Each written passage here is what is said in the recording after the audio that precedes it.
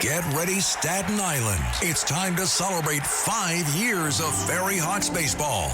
Tuesday, May 19th at 10:30 a.m., it's morning baseball. Wednesday, May 20th at 6:30 p.m., have a pawsome time at Bark in the Park. Thursday, May 21st at 6:30, it's Pride Night with $5 Bud or Bud Light draft beer. Individual game tickets start at just $12. Visit ferryhawks.com now to lock in your seats. Expedia and Visit Scotland invite you to come step into centuries of history that await in Scotland. Castles steeped in legend, walk along cobblestone streets. Come share the warmth of stories passed down through generations. This is a place with a past that is fully present today and all yours to explore. Plan your Scottish escape today at expedia.com/Visit Scotland. The 77 WABC News Hour. Talking the news with Noah Layden. All the news you need to know with Joe Nolan, traffic, Justin Ellick, sports. And now, Talking the news with Noah on 77 WABC. Yes, that's me. Good morning. It is Monday, May 18th. Your forecast from the 77 WABC Weather Center. Sunny and warm today. The high is going to be 86. I like that. Tonight and overnight, clear. Low 72, and then tomorrow just kind of gets outrageous. Sun and clouds, the high 95. If you're walking out the door with us right now, it's 66 and clear in New Square up in Rockland. It's 73 and clear in Irvington over in New Jersey. And it's 70 and clear right outside our Midtown studios. This is the Top 5 at 5. The Long Islanders trying to figure out how they'll get to work today. President Trump promises the war in Iran is winding down. A Swatch watch promotion goes all wrong. A Bronx barbecue lights up hamburgers and parked cars. And we'll tell you why it's impossible now to get a seat at a tiny Orange County restaurant. All right, let's get into it at 5:01. If you're somebody on Long Island hoping some marathon talks to end the LIRR strike may be working, well, they could be. So there were talks that began yesterday, mandatory talks that were pushed through by the National Mediation Board between the LIRR unions, these 5 unions that have been on strike since Saturday morning, and the MTA. They were all called to MTA headquarters yesterday, told you sit here until you hammer out a plan, right? 300,000 LIRR riders have no way really to get to work today. I mean, they're doing shuttle buses from 4 or 5 stations, but that's going to accommodate like 13,000 riders, something ridiculous like that. So you're stuck. Either you drive in, you take an Uber, maybe you stay at a friend's house here in the city if you have to be here. Workers continue to say, and they were on the picket line all weekend, that they had no option to walk out. The raises that were being offered weren't actually raises when you factor in inflation. We're looking for a modest raise in our wages. Health insurance should never be on the table.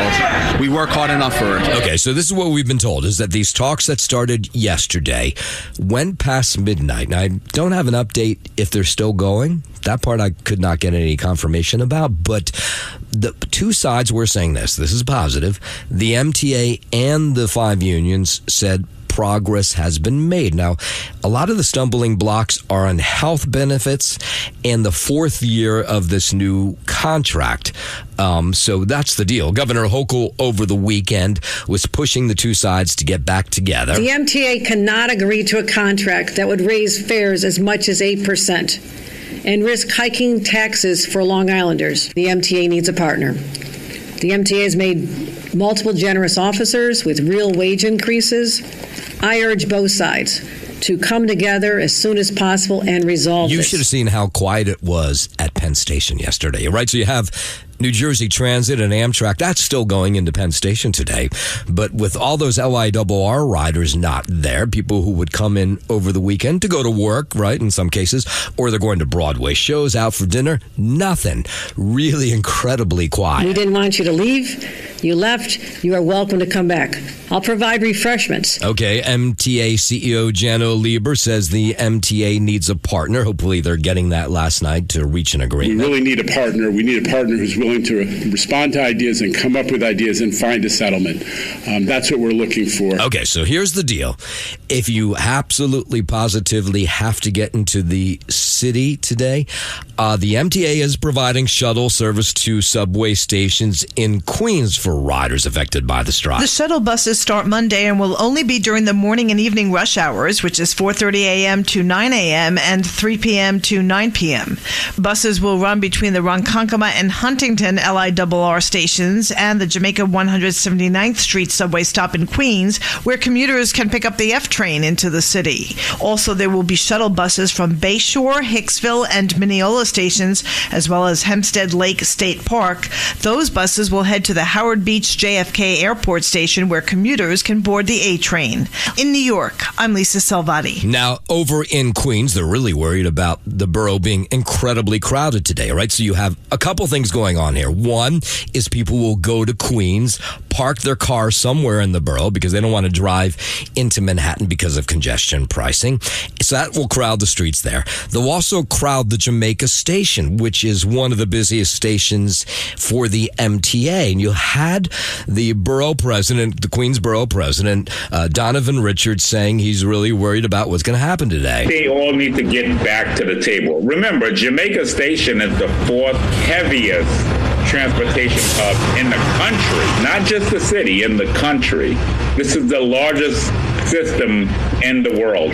Now, if you're somebody who can work from home today, the governor, MTA, telling you should do so. But, a lot of us, we got to come into work. You got no choice. So commuters over the weekend, they were hoping that the strike may just be a weekend thing and that it would be over by this morning, but it's not. I mean, I'm used to it, but yeah, I'll miss it if it disappears for a little bit. I am worried, very worried. How can I get to work? I travel back and forth every day. If they're on strike, I don't know how can I get here. Yeah, so Mariko says he spent the weekend trying to figure out how to do this. He says, look, I don't make a lot of cash.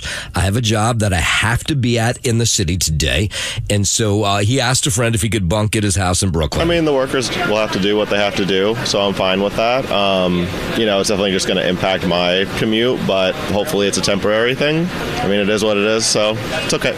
Yeah, so some students, and by the way, it's not just Long Island, right? A lot of people who live in Queens use the LIRR to get back and forth as well. Here's two college students who do exactly that. I can't drive, so there's no way for me to get to school. Yeah, there's no subway, there's no bus. It's way too hard.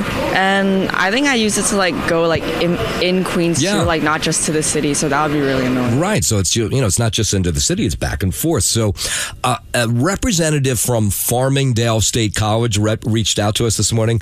They begin final exams today, so they know, it's going to be hard for a fair amount of their students are commuters that come from the city or other parts of Long Island.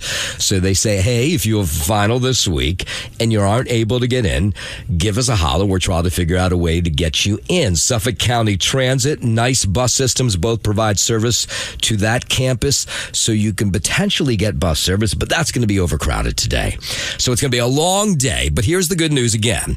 The unions and the MTA began a marathon meeting that began sometime Sunday. It went past midnight. Not clear if they're still talking, but we did get statements from the two sides saying progress has been made. So let's hope they can get something done. WABC News Time 5:09. The weekend began with this really tragic accident on the Upper West Side. Police telling us now it was a drunk driver in a Mercedes-Benz who mowed two people down on the Upper West Side outside a barber shop. A car jumped the curb on Friday night, hitting a group of 5 men in the Upper West Side. 61-year-old driver Elvin Suarez now facing DWI and manslaughter charges. One local tells ABC7 this is a tight-knit neighborhood. It's horrifying. That's honestly this block's a small block. Everyone knows each other. If I didn't know them personally, I know somebody who did, and in this case, I know a lot of people who did. So you're losing a family. Cell phone footage from the scene showed bystanders working together to try and lift a car, pinning a man underneath. The New York Post reports the driver, Suarez, knows many of the victims personally. I'm Liz Radbali for 77 WABC News. WABC News Time 5:10. Let's go down to Washington. President Trump back in D.C. after that high-stakes summit with Chinese President Xi Jinping last week in Beijing. He continues to say the trip was a tremendous success. We made great deals. We did great trade deals. We had great relationships, and a lot of things have happened, and you'll be hearing about them. Now, President Trump said Xi offered to help with Iran, and like the White House, the Chinese leader wants the Strait of Hormuz open as soon as possible. The president confirming Taiwan did come up in the talks, but only would say he'll be making a decision when he was asked about a U.S. arms sale to Taiwan. That was a tremendous success. I think it really was a historic moment. So President Trump did say China agreed to buy U.S. oil, 200 jets from Boeing. The president invited Xi back to the White House. That'll happen in September, and indicated talks between the two nations will continue.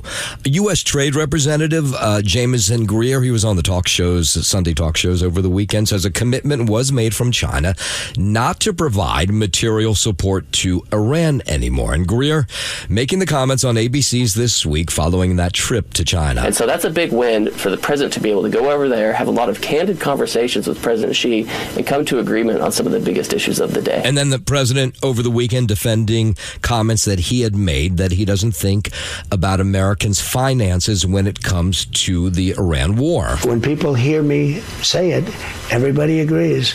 Short-term pain. It's going to be short-term pain. But the pain is much less than people thought. That's right. That's a perfect statement. I'd make it again. I said to my people, I hate to do this to you, but I'm going to screw up your numbers for a little while because we have to stop the nuclear weapon stuff with Iran because they're nuts. They're sick people. Yeah, the president reiterating that Iran can't be allowed to have a nuclear weapon. Then he posted, the president did over the weekend on Truth Social, that he's only going to give Iran a short window to figure out a peace proposal with that nation. 512. Thousands gathering at the National Mall in Washington yesterday for what was called the Jubilee of Prayer. President Trump recited a Bible verse via a video message for the event. If my people, which are called by my name, shall humble themselves and pray and seek my face and turn from their wicked ways, then will I hear from heaven and will forgive their sin. The government-funded event is part of an official celebration of America's 250th anniversary. The stage for the event, I don't know if you saw this, but it looked like the inside of a cathedral with massive festival-sized video screens everywhere. Because they forsook the Lord God of their fathers, which brought them forth out of the land of Egypt, and laid hold on other gods and worshiped them and served them. Therefore has he brought all this evil upon them. House Speaker Mike Johnson, he was there as well yesterday, reflecting on faith's role in the nation's history. Every day since, over each of our 250 years, America has been a land of hope and liberty, a place of miracles and the light and glory of all nations because of you. We pray that you guide our lawmakers, that you walk with us and grant us the moral clarity to rise above partisan differences and give us the wisdom and humility to serve selflessly and sacrificially. Yeah, some of the speakers yesterday at America's Jubilee Prayer in D.C. on the Mall. 514. Thomas Massie, the Kentucky congressman who's in a fight for his political life in a primary that takes place tomorrow. Over an 8-hour period that started early Sunday, President Trump took to Truth Social to taunt Massie, who the two have not seen eye to eye. He calls them one of the very few senior Republicans who has dared to defy him. He says he's the worst and most unreliable congressman in the history of our country.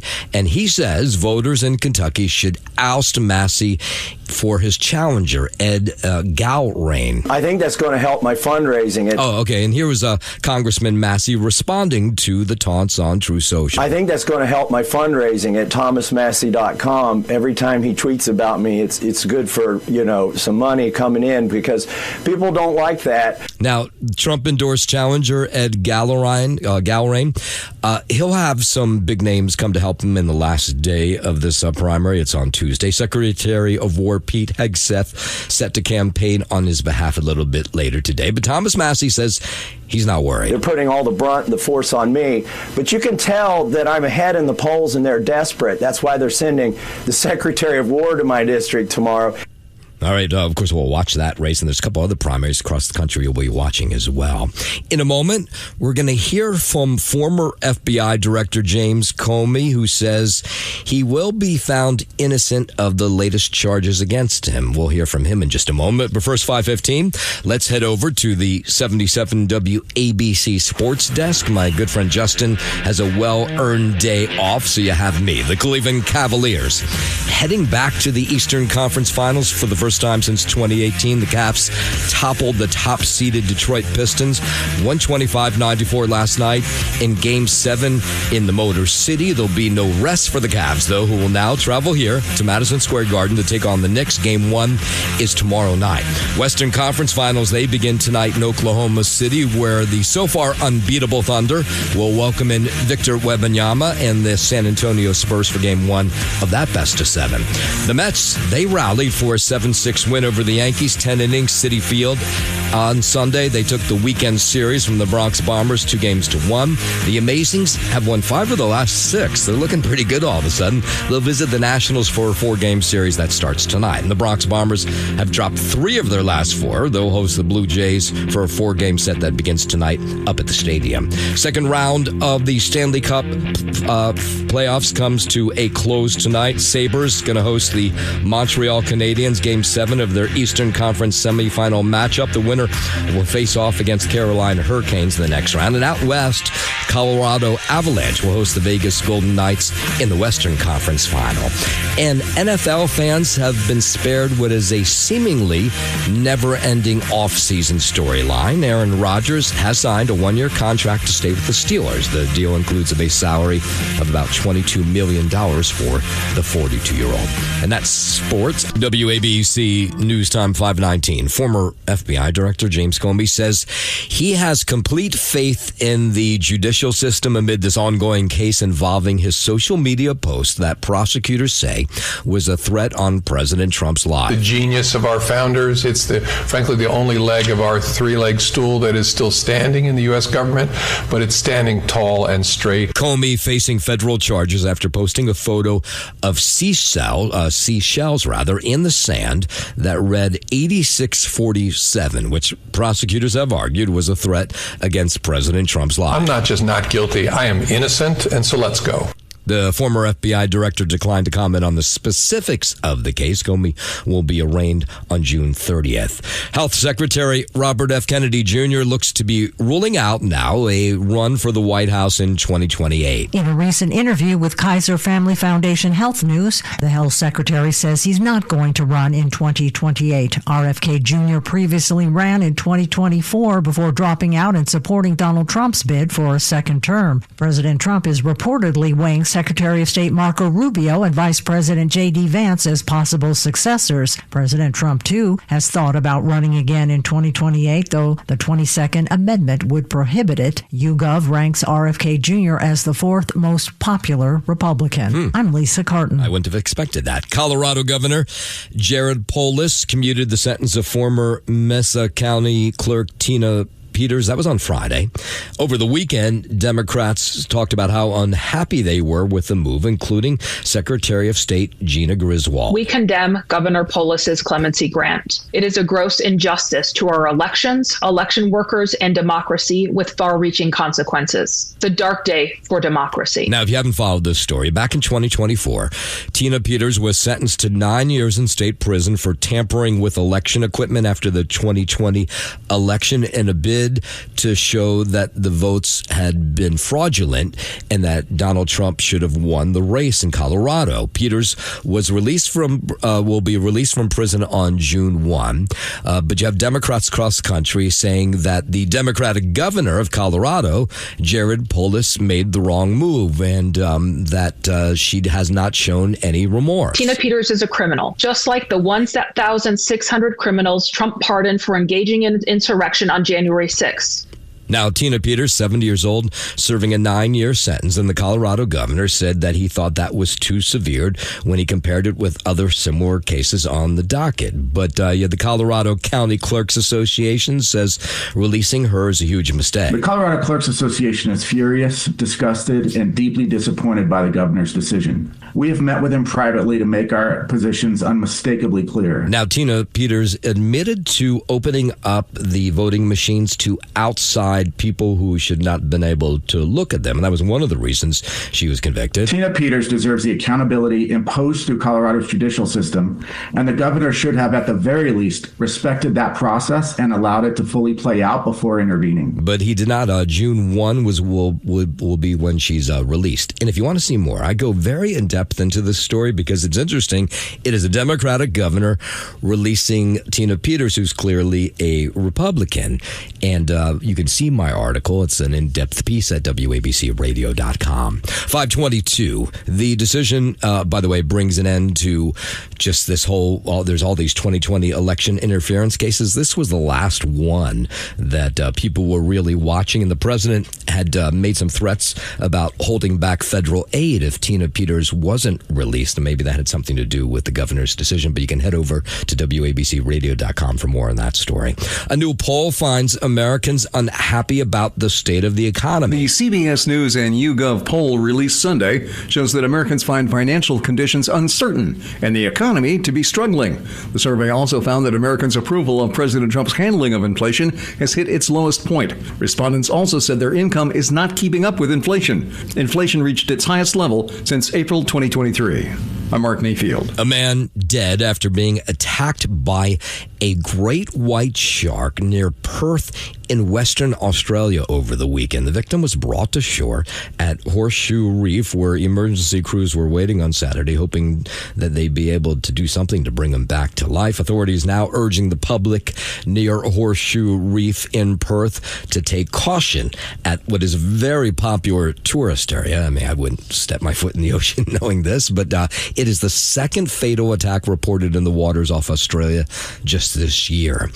And people getting ready, of course, for the big beginning of summer weekend. Memorial Day weekend is this coming weekend. It just sort of surprised us here. Move fast. It's unbelievable how we've gone from through May already, and it's already Memorial Day weekend. But whether you travel by air or by ground, Memorial Day travelers will be shelling out a lot more money this year. More from correspondent Tom Costello. Domestic airfares now average $459 round trip, up $60 from last year. International tickets now average $1,270, up $100 from 2025. Going.com reports a 21% drop in people searching for flights. Yeah, and so if you bought your tickets back, let's say, at the end of last year, January, maybe into February, you got a deal because the tickets are so costly now. For the 39 million of us driving this holiday, today gas is averaging $4.53 nationally, up from $3.19 a year ago. $68 to fill a 15-gallon tank. The average in California, $6.14 a gallon, $92 to fill the same tank. Now, I should point out that doesn't seem to be slowing anybody down. People want their Memorial Day weekend. Lauren Fix, she's known as the car coach, says drivers may save a bit of money by timing their fill-up. Best day to buy gasoline, Tuesdays, Wednesdays, and Thursdays. Really? So the weekends they get higher. Oh. That's just the way the business is. I didn't know that. Katie Nastro of the travel website Going.com says prices may start to affect people's plans as the summer goes on. We could see people pulling back on Memorial Day travel this year in anticipation of seeing higher prices throughout the summer and wanting to take that one big trip this year versus a lot of little trips. Yeah, so AAA, though, gas prices, by the way, $4.53, the average price across the country this morning. That a year ago, it was $3. That according to the AAA, which estimates, by the way, about 45 million Americans will travel at least 50 miles from home between Thursday and Monday. So it doesn't seem to be affecting anybody's plans to get out of town this week. The 77 WABC News Hour. Talking the news with Noah Layden. All the news you need to know with Joe Nolan, traffic, Justin Ellick, sports. And now, Talking the news with Noah on 77 WABC. Yes, that's me. Good morning. It is Monday, May 18th. Your forecast from the 77 WABC Weather Center. Sunny and warm today, the high 86. Tonight and overnight clear, low 72, and then downright hot for Tuesday. Sun and clouds, high 95. If you're walking out the door with us right now, so happy you are. 66 clear in New Square up in Rockland. It's 73 and clear in Irvington over in New Jersey.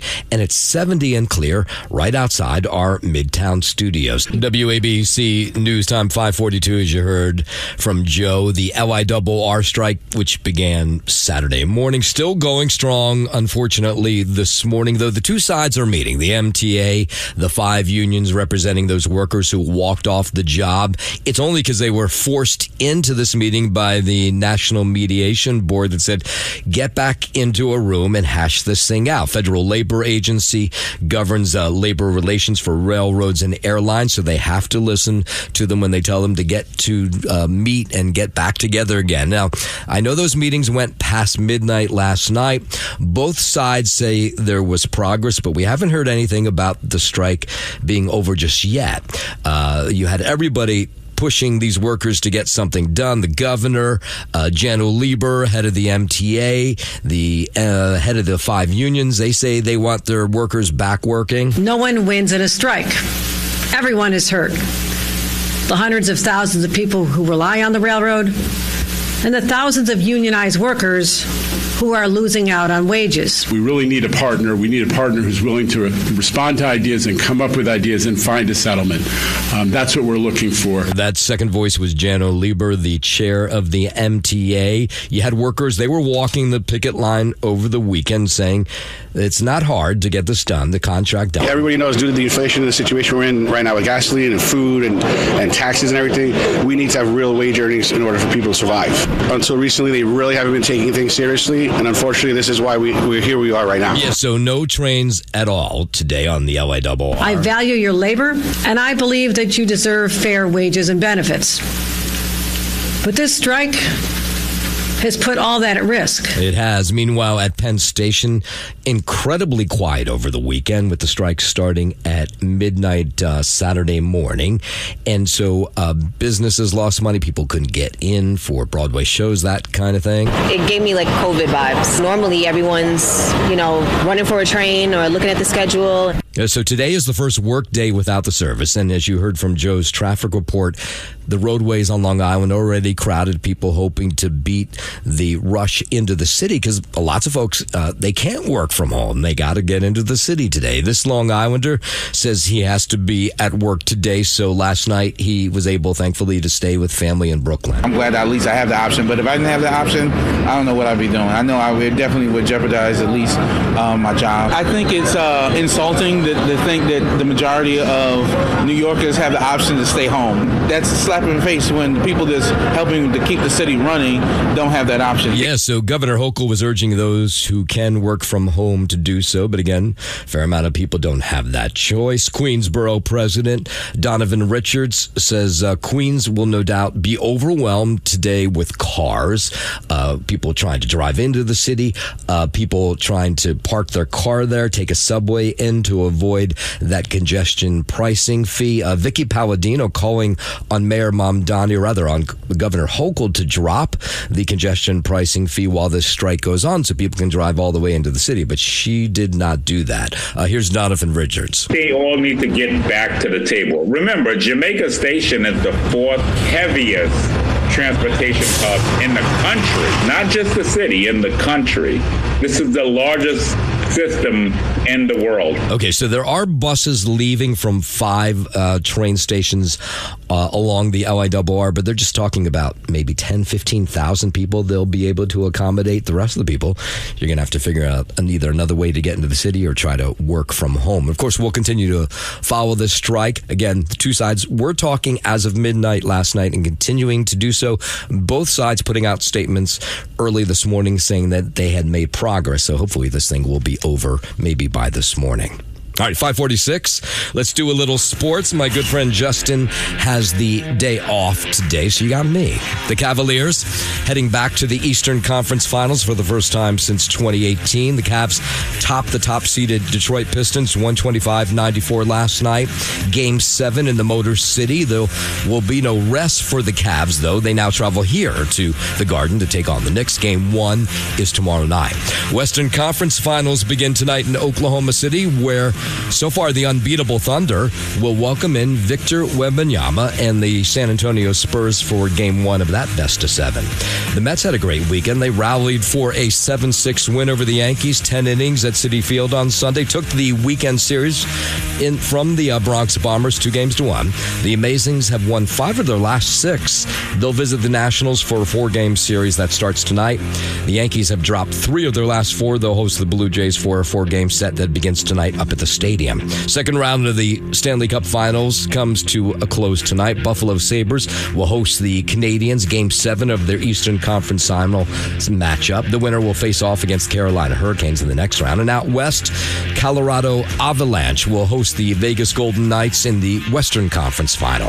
And NFL fans have been spared what would be a never-ending off-season storyline. Aaron Rodgers, he signed a 1-year contract to stay with the Pittsburgh Steelers. The deal includes a base salary of about $22 million for the 42-year-old quarterback. Sports sponsored by our good friend Pete Morgan and Peerless Boilers. Go to peerlessboilers.com to find a dealer near you.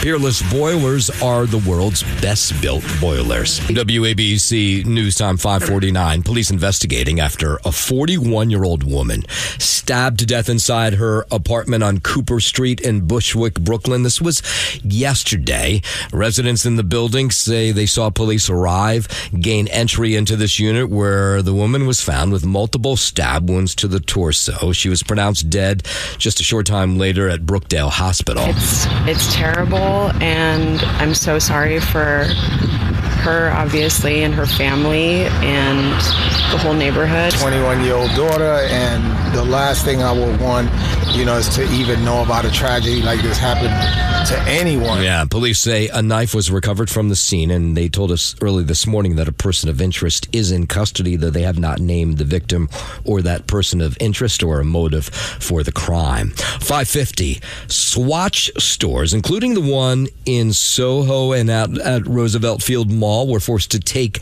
a timeout in the middle of a product launch over the weekend. Giant crowds gathered outside the stores looking for the new Royal Pop pocket watch. Some crowds became so unruly that the company decided to close 9 of its locations for the day. Could have become like a stampede. If they did open the doors, it would have been a free-for-all. Yeah, the pocket watch is a collab between Swatch and a luxury brand. It retails for about $400, but on the open market, the resale market, it was going for $3,000. That's why so many people are trying to get their hands on that watch. The NYPD warning about a new scam that's targeting elderly New Yorkers. It's a swap and switch scheme where criminals get in the personal space of their victims, trying to sell them fake jewelry. Ma, this is for your gift. I have to put for you to wear for my mom. That's all a distraction while any real jewelry is stolen. Kevin Kelly with NYPD's Crime Prevention Unit says they have seen a spike in these incidents over the past few months. At one point in that video, she also does say, "Come see my children. I have the children in the car." And this is a stranger. They've never met before. So this is very odd behavior. There have been 11 reported separate incidents. A total of $90,000 worth of jewelry was stolen. 3 people have been arrested, but cops are still looking for other suspects. I'm Liz Radbali for 77 WABC News. 5:52. Let's go up to the Bronx, where a barbecue went all wrong yesterday. They were barbecuing hamburgers and hot dogs in a parking lot in Morris Heights in the Bronx when, for some reason, it got out of control, and the flames leaped from the barbecue to cars nearby. Oh, I don't know what happened. I think I have a friend who lived in the basement. I don't know if he's okay or not. Yeah, the fire happened. This was 1534 Nelson Avenue, about 2 o'clock yesterday. A witness on the scene says people were all gathered around this parking lot when all of a sudden they looked to the side and there were cars on fire, 7 in all. 79 fire and EMS personnel responded to the scene. The FDNY says thankfully there were no injuries. Now the question is who to blame for letting this barbecue get out of hand. 5 53. It was beautiful yesterday, right? And so with sunny skies and warm temperatures, people were heading down to places like the Jersey Shore. Now, the ocean water is still in the 50s, right? It takes a while for it to warm up. And so you had the people who man lifeguard chairs. They were worried about people going into the water this weekend because lifeguards are not out yet. They'll just be out come this weekend, Memorial Day weekend.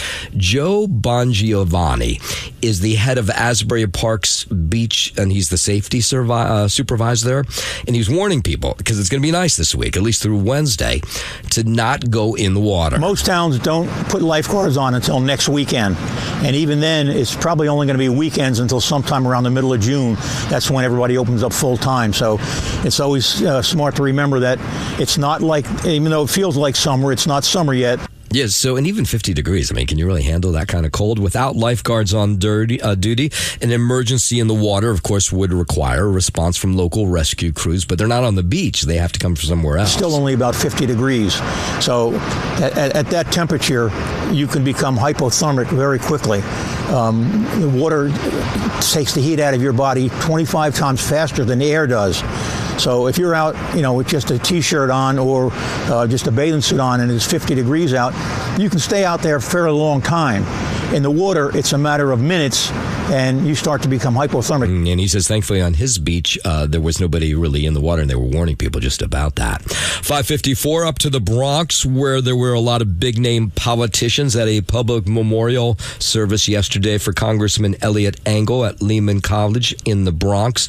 Engel died at 79 years old back on April 10th. Former President Bill Clinton and former Secretary of State Hillary Clinton spoke at the memorial service. He was by my side when I announced my first campaign for the Senate. He was with me in every campaign after. He was a very wise and steadfast advisor. He was someone who you could always count on to be there and, frankly, to tell you what he thought, but in a nice way. Engel's daughter, Julia, said her father would have loved this event, a room full of people that he had admired. Westchester Congressman George Latimer, he spoke to. Elliot Engel was not just a friend and represented the area, but he was a Congress member of great substance. He did a lot of terrific things in foreign affairs and domestically, and we're all here to remember his memory and to appreciate the things he did for us. Yeah, I mean, he did a lot of stuff while he was in Congress, but one of the things, of course, he was really well known for, do you remember this? He would get to the State of the Union hours before it took place because he said because of where he was a congressman, he didn't get a lot of publicity. So he would get there hours beforehand so he could be at that last seat on the end. So when the president came down, you would get a video and a picture of him shaking hands with the president. So he said, he would stop eating, drinking hours before so he could sit on that aisle seat to get that first handshake with the president during the State of the Union. And while we're up in Westchester, families returning to Rye Playland over the weekend. They did a soft opening ahead of next weekend's full grand opening. We want it to be a pleasurable, wonderful experience for everybody that comes. Came here as a kid all the time, so was excited to get first dibs. The Westchester Parks Commissioner Kathleen O'Connor says they did a lot of work in the off season, and people will notice what they've done. Everybody talks about first date, first this, first that. To see the work that's been done, the colonnades are more beautiful than they've been in the last 20 years. Yeah, so Playland opened first in 1928. It remains one of Westchester's, of course, signature summer traditions for kids. 5:57, traffic, transit on the 7s. Here's Joe Nolan. I know him from the Applebank traffic desk again as you're traveling westbound on the Long Island Expressway. As you would expect, stop and go traffic pretty much at this point from Route 110 all the way on into Queens Boulevard. Now, it isn't that jammed in stuff, not by any means. A lot of it is moving along actually pretty well, but most of it is going to be slow and heavy all the way on in, right on into Queens Boulevard. Now, the Northern State at this point is a little bit better. However, we had some earlier issues getting through the outbound side, a little bit of slow traffic. And now just looking at the camera at Lakeville Road, it is jammed in now. Bumper-to-bumper traffic on the Northern State. On the westbound side, right on through the area of the Meadowbrook Parkway, and then again as you get up to Glen Cove Road, and then the rest of it getting much, much worse than it was even just about 5 minutes ago. Now, down on the Southern State, You have the same kind of thing as you do on the LIE. A lot of sluggish traffic on the westbound side as you come away from Route 110 all the way on in, pretty much at this point, into Hempstead Lake State Park.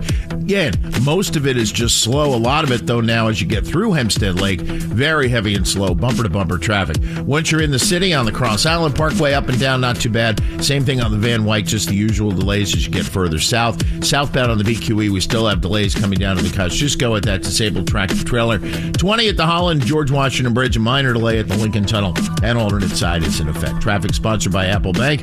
With an Apple Bank Pick Your Term CD, you get a guaranteed rate of return that fits your 6 to 12-month timeline. Stop by an Apple Bank branch to open. Member FDIC. $25,000 minimum deposit required to open. New money only. Early withdrawal penalty may apply. I'm Joe Nolan with traffic on Talk Radio 77 WABC. A huge Monday is on the way on Sid and Friends in the morning. In fact, just moments away. Some of the guests, and there's a lot of them packed, are the boss man, John Catsimatidis. He'll stop by for his normal Monday meeting with Sid. The man who wants to be the next governor of New York, Bruce Blakeman, Nassau County executive. He'll also stop by. And a second appearance from Don Imus' son, Wyatt Imus. He'll be here as well. That coming up, Sid and Friends in the morning, just moments away. And I am out of here on this Monday morning. We'll do it all over again tomorrow morning, 5 a.m. But don't go anywhere now. Yep, Sid and Friends in the morning. We are up next.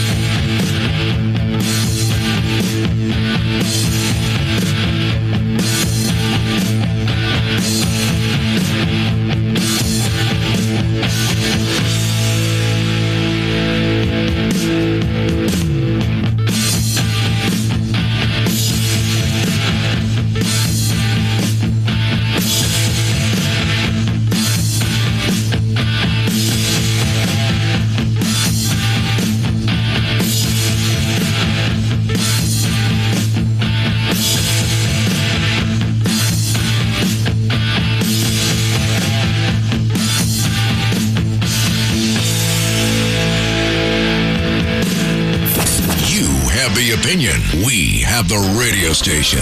This is Talk Radio 77 WABC.